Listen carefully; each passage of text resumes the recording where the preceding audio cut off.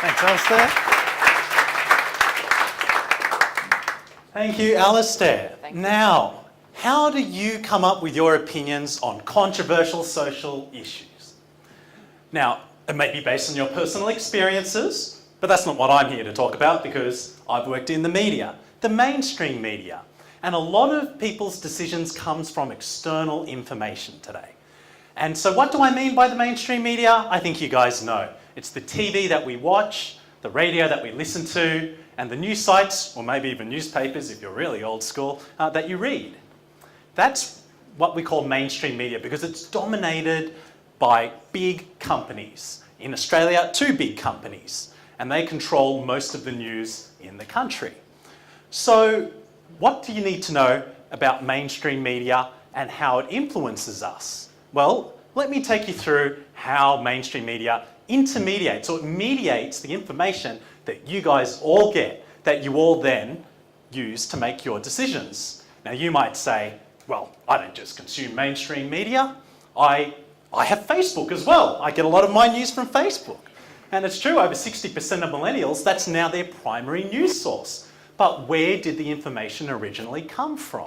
Chances are when you're having your big Facebook battle with one of your old high school mates who you haven't seen in 10 years and therefore feel quite at liberty to have these kind of very frank discussions with, that it originally linked to an article from the mainstream media. And you might say, I talk about these issues with my family and my friends. But they too would also get their information from the mainstream media. Or you may say, hey, I read blogs, right? But they too, even opinion sites still get a lot of their information from mainstream media. And mainstream media, folks, as Oscar Wilde would say, the rumours of its death have been greatly exaggerated. Let's take Fairfax Media, one of the 2 big companies in Australia. The Sydney Morning Herald, The Age, the Financial Review, for whom I used to work for, 6 million Australians. That's their audience, 6 million Australians.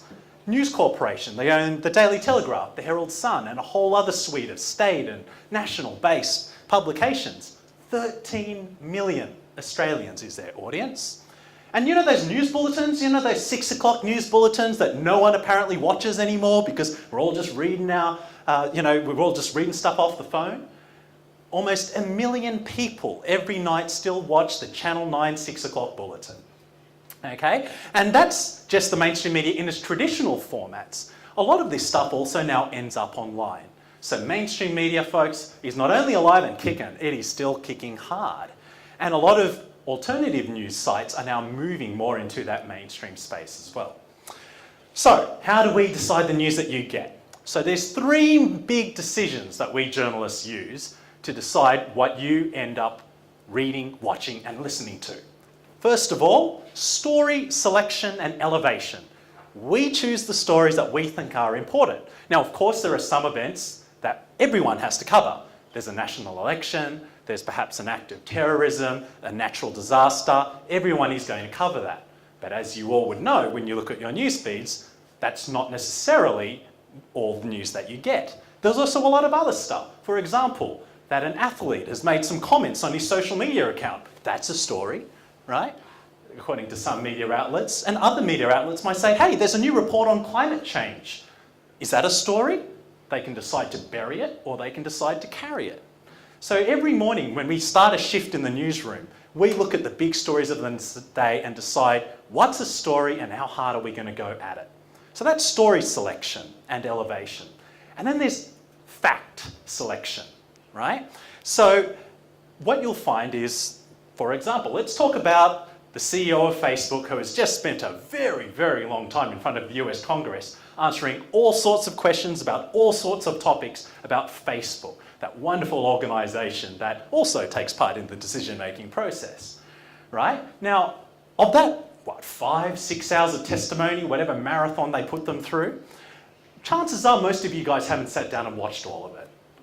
You'll be pleased to know that one of my journalistic colleagues has, right? And they are the ones that get to decide which facts get reported. So it's all facts, they're all facts, it's all true, it's all happened, but he or she will get to choose what ends up being the big issue. And then finally, perhaps most importantly in this day and age, is what we call opinion selection. So you may have noticed on your news media and so forth, more and more of it is opinion. Panel discussions, monologues, TEDx talks, right? It could be all kinds of opinions. And the reason we journalists put forward opinions, because I sometimes hear people say, hey, I just want the facts, man. I just want to make up my own mind about this. Well, it's because there are many people, experts of various kinds, academics, they might be politicians, policymakers that came up with various ideas. They have already looked at a lot of the facts. It can be an absolute jumble.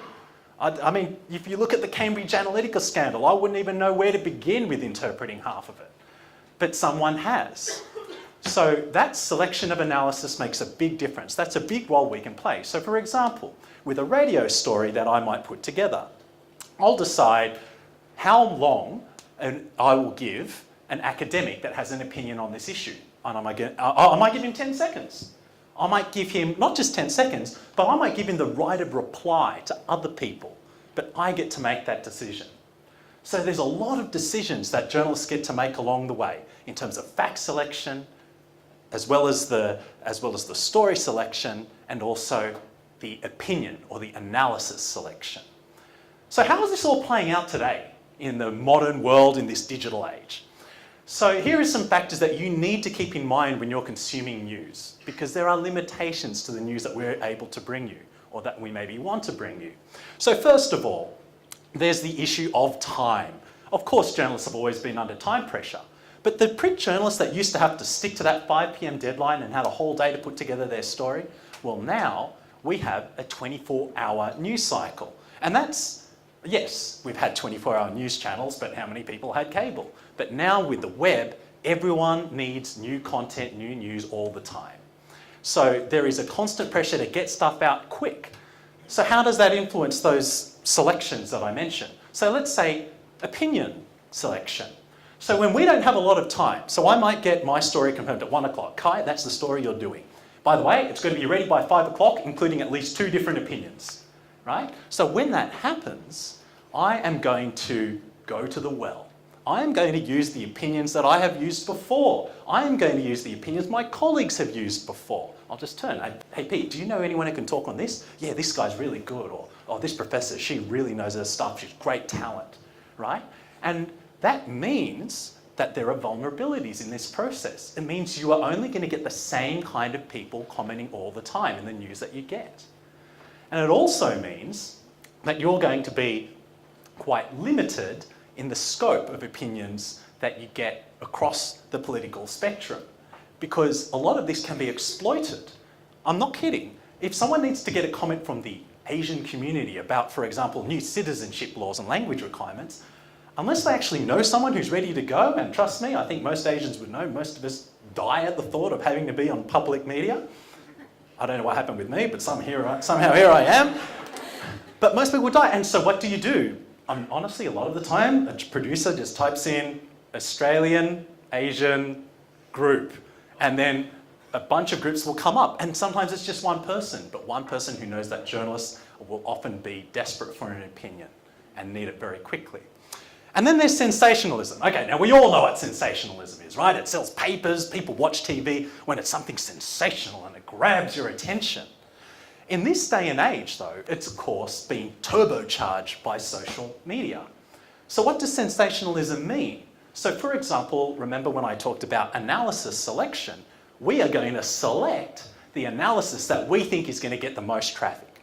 I remember once at Fairfax, we had a consultant who came in very bluntly, told us, because this is around the time where there's been about 100 redundancies every 6 months, if they love what you write, they're going to share your piece. If they hate what you write, they're going to share your piece. If they don't feel either of those emotions, you're probably going out of business. Now, you might think that this doesn't affect public broadcasters, but they also need to justify how representative they are of the population, so they want to point at big numbers as well. So there is this huge trend towards sensationalism that is continuing in the new age of digital media. And then we come to the journalists themselves, or ourselves. Now, I am proud to be a journalist. I'm proud to have worked in mainstream journalism. I think that what we do there in some ways is best practice. There are some things, for example, that years and years of history and experience and expertise really does come into play. Things that bloggers maybe won't do. So, for example, we have become quite skilled at being able to take a lot of that complex information and present it to you in a form that is easily understood.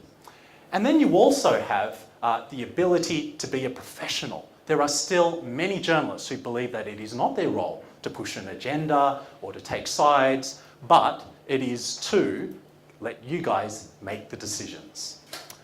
However, we are not perfect. Journalism is increasingly becoming activism, and that's for a range of reasons. So, for example, an increasing number of people coming into journalism are millennials. And millennials, social issues matter a lot to them. It's a lot of the people here, right? The difference has been is that the culture has now shifted. So as I said, opinion sells, controversy sells. And because journalism is fighting for its financial life, they now feel they have license to be more activist. So why is this a problem? Well, journalists are not a very representative lot. I'm going to be honest with you. They're not very representative of the people in this room, let alone wider society. So what does that mean? Okay, so I have a friend, and she said, so I'm part of a group called Media Diversity Australia that looks to increase diversity in media, and she said, I am a white single female in her 30s who lives in the inner west. I am a walking cliche as a journalist. Now that sounds pretty harsh, and we said, look, no. Okay, because there is a narrow demographic in journalism, and it means that it limits the type of perspectives that you are getting. That selection of opinion that you are getting can be quite narrow. Not just the selection of opinion, but also the selection of stories. For example, people are naturally inclined to provide stories and to cover stories and to elevate stories that they feel is most relevant to them and their friends. So for example, let's say there's a Coptic church that's been bombed in the Middle East.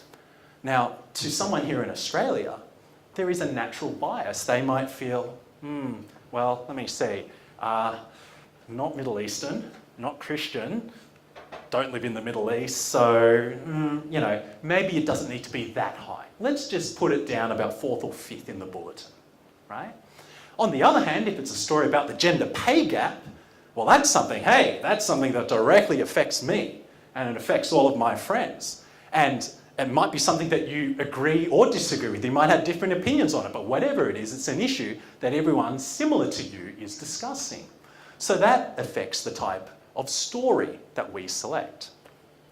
And then there's the issue of fact selection. Let's say there's an act of terror that occurs and the identity of the suspect becomes known. So let's say the suspect is of a Middle Eastern origin.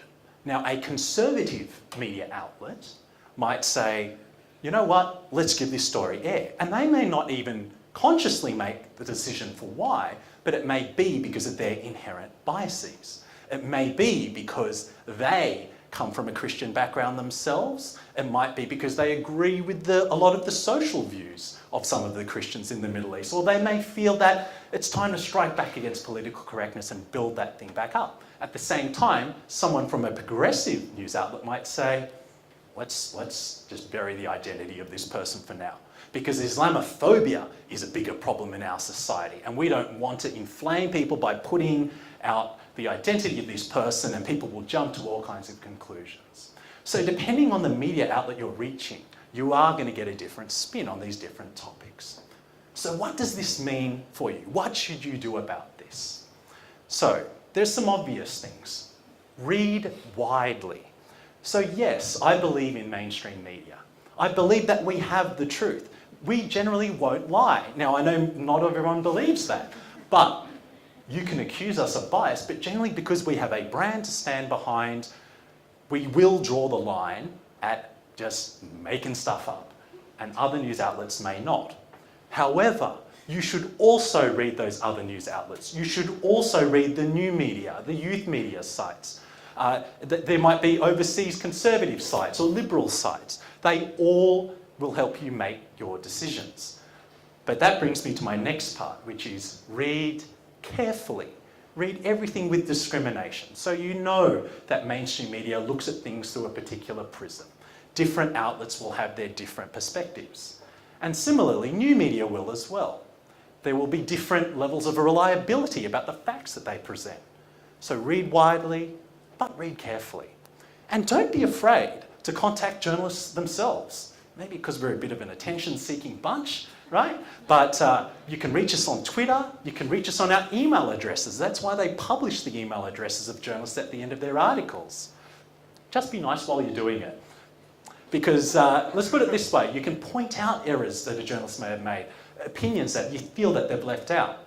But if you do it in an angry and hostile way, they're likely just to dismiss you as a troll. We get a lot of trolls.